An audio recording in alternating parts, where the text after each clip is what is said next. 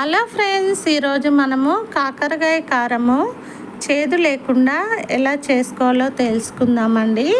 అందుకు 1/2 కిలో కాకరకాయలని తీసుకొని ఇలా రౌండ్గా కట్ చేసుకొని అందులోని గింజల్ని తీసివేసి ఉంచుకోవాలండి.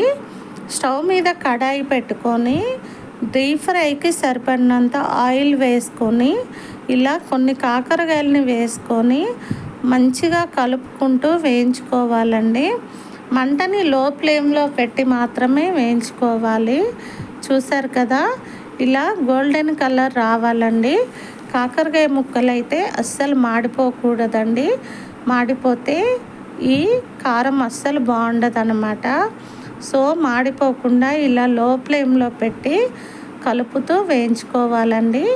ఇలా వేగిపోయాక వీటిని తీసి ఒక గిన్నెలోనికి వేసుకోవాలి. అదే కళాయిలో మిగిలిపోయిన కాకరకాయ ముక్కలు ఉన్నాయి కదండి, వాటిని కూడా వేసుకొని నెమ్మదిగా కొన్ని వేసుకొని మంచిగా కలుపుతూ వేయించుకోవాలండి. అవి కూడా చూసారు కదా, ఇలా వేయించుకోవాలన్నమాట. అవి కూడా వేగిపోయాక వాటిని కూడా ఒక గిన్నెలోనికి పెట్టుకొని అదే కళాయిలో మనము 1/2 కప్పు పల్లీల్ని వేసుకోవాలండి.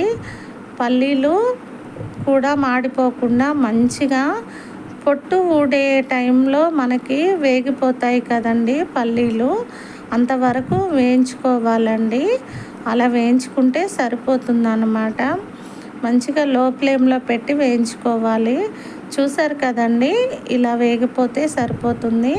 వీటిని కూడా తీసుకొని ఒక గిన్నెలోనికి వేసుకోవాలండి.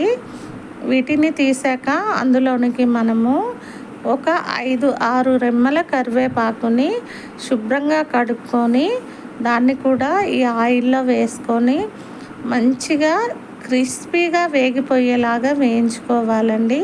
కరివేపాకు కూడా మాడకుండా కలుపుతూ క్రిస్పీగా వేగేలాగా వేయించుకోవాలి.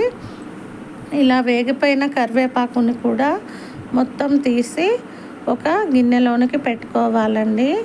ఇలా ఒక గిన్నెలోనికి వేసుకున్నాక అందులో ఉన్న ఆయిల్ ఉంది కదండి, ఆయిల్ని మనము ఒక పక్కన జార్లోనికి పోసుకొని అదే కడాయిలో మనము 2 టేబుల్ స్పూన్ల ధనియాలు, 1 టేబుల్ స్పూను జీలకర్రని వేసుకోవాలండి. వేసుకొని జీలకర్ర ధనియాలు మంచిగా వేగిపోయేలాగా వేయించుకోవాలండి. జీలకర్ర అస్సలు మాడొద్దండి, ఎందుకంటే ఈ కారము చేదొస్తుందన్నమాట. సో మాడిపోకుండా మంచిగా చిటపటలాడేలాగా వేయించుకుంటే సరిపోతుంది. ఇలా వేగిపోయాక దాన్ని కూడా తీసి పక్కన పెట్టుకొని ఒక మిక్సీ జార్ తీసుకొని అందులోనికి మనం వేయించి పెట్టుకున్న పల్లీలు, కరివేపాకు, జీలకర్ర, ధనియాలు ఉన్నాయి కదండి, వాటన్నిటిని మిక్సీ జార్లో వేసుకోవాలండి. అలా మిక్సీ జార్లో వేసుకొని ఒక 4-5 అల్లం వెల్లుల్లి రెబ్బలు ఉంటాయి కదండి, వెల్లుల్లి రెబ్బల్ని వేసుకోవాలి. ఇలా పొట్టు తీయకుండా వేసుకోవాలండి. ఇలా వేసుకున్నాక అందులోనికి ఒక 2 టేబుల్ స్పూన్ల కారము, రుచికి తగినంత ఉప్పును వేసుకోవాలండి. అలాగే ఇందులోనికి ఉప్పు టేస్ట్ చూసుకొని మీకు ఎంత సరిపోతుందో అంత వేసుకుంటే సరిపోతుందండి. అండ్ కొబ్బరి పొడిని నేను 2 టేబుల్ స్పూన్లు వేసుకున్నానండి. మీ దగ్గర ఎండు కొబ్బరి ఉంటే దాన్నైనా వేయించి మిక్సీ పట్టుకోవచ్చండి. అలాగే 1/2 టేబుల్ స్పూను ఇంగువ వేసుకోవాలండి. ఇంగువ వేసుకోవటం వల్ల చాలా టేస్ట్గా ఉంటుంది. అండ్ ఇందులోనికి మనం వేయించి పెట్టుకున్న కాకరకాయలు ఉన్నాయి కదండి, వాటిని 1/2 వంతు వేసుకొని 3/4 వంతు అలా పక్కన పెట్టేసుకోవాలండి. ఇలా వీటన్నిటిని మంచిగా బరకగా మిక్సీ పట్టాలండి. ఇలా పడితే సరిపోతుందండి, మరి మెత్తగా పట్టకూడదు. ఇలా మిక్సీ పట్టిన మిశ్రమం ఉంది కదండి, దాన్ని పక్కన పెట్టుకున్న కాకరకాయ ముక్కల్లో వేసుకొని మంచిగా కలుపుకోవాలండి.